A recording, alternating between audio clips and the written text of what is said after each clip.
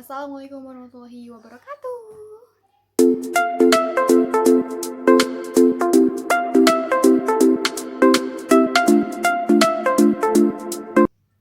Jadi kali ini saya akan sedikit menjelaskan bagaimana latar belakang kedatangan bangsa Eropa ke Indonesia. Nah, mungkin selama ini kita bertanya-tanya, kenapa bangsa Eropa bisa sampai ke Indonesia? Rupanya, kedatangan bangsa Eropa itu karena adanya penjajahan samudra loh. Jadi, berikut ini akan diuraikan beberapa faktor yang menyebabkan bangsa Eropa melakukan penjajahan samudra.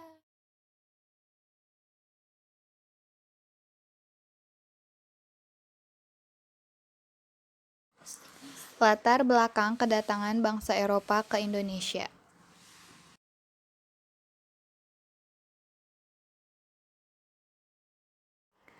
Faktor penyebab bangsa Eropa melakukan penjelajahan samudra. Yang pertama, jatuhnya Konstantinopel ke tangan Turki. Yang kedua, adanya imperialisme. Yang ketiga, adanya penemuan kompas. Yang keempat, adanya semangat reconquista. Yang kelima, untuk membuktikan teori Kopernikus bahwa bumi itu bulat. Yang keenam, terinspirasi dari buku perjalanannya Marco Polo yang berjudul Imago Mundi. Yang ketujuh, revolusi industri.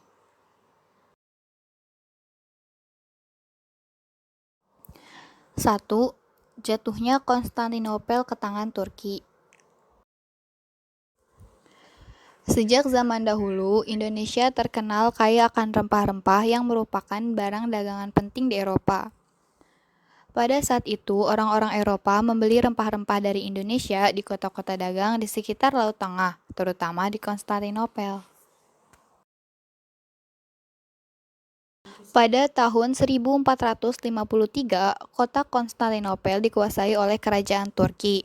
Kemudian, Turki melarang bangsa Eropa untuk datang dan berdagang di Konstantinopel.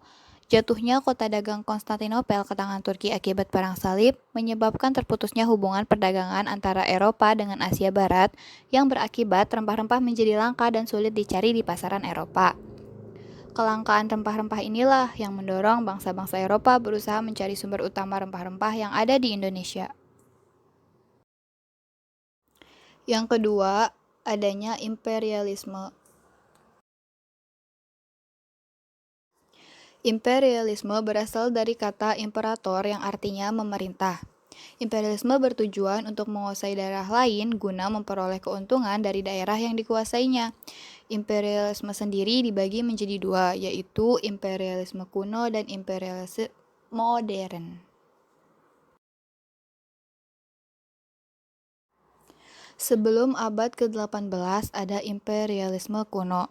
Pada saat itu, kedatangan bangsa Eropa didorong adanya semangat 3G, yaitu gold atau kekayaan di mana untuk mencari logam mulia, emas, dan rempah-rempah. Yang kedua ada gospel, yaitu untuk penyebaran agama Nasrani. Yang ketiga, glory atau kejayaan, di mana untuk mencari daerah jajahan sebanyak-banyaknya. Imperialisme modern terjadi setelah abad ke-18 yang mempunyai tujuan untuk mendapatkan bahan baku industri, mendapatkan tenaga kerja yang murah, dan tempat menanamkan modal.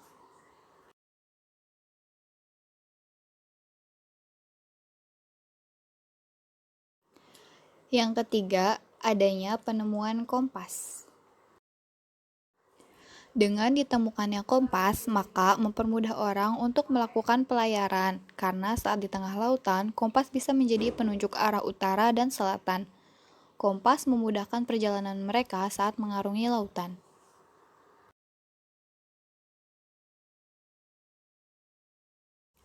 Yang keempat, adanya semangat reconquista, yaitu semangat balas dendam terhadap kekuasaan Islam dimanapun Islam berada. Yang kelima, untuk membuktikan teori Kopernikus bahwa bumi itu bulat. Sudah menjadi pertanyaan sejak lama, bumi itu datar atau bulat sih? Maka, sebagian orang melakukan pelayaran untuk membuktikan teori tersebut, dan tidak sedikit yang melakukan pelayaran itu singgah di Indonesia.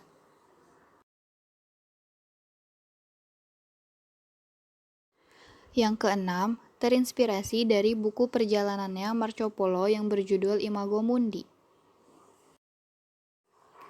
Buku Imago Mundi mengisahkan tentang perjalanan Marco Polo ke dunia timur yang kaya akan rempah-rempah dan emas. Yang ketujuh, revolusi industri. Bangsa Barat ingin melakukan ekspedisi ke Indonesia, namun hal ini masih terkendala karena kurangnya transportasi. Namun dengan adanya revolusi industri, bangsa Barat dengan mudah meluncur ke Indonesia.